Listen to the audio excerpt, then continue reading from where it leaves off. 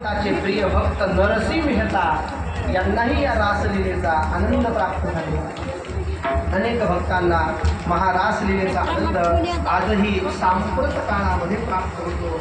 भगवंताच्या या सर्व लीला अत्यंत श्रेष्ठ आहेत। कोणी कितीही सांगितलं की मी वर्णन करतो तरी त्या लीला अपुऱ्या आहेत। आपण फक्त प्रार्थना करू शकतो, देवा आमच्या मुखातून तुम्ही या लीला वदवून घ्या।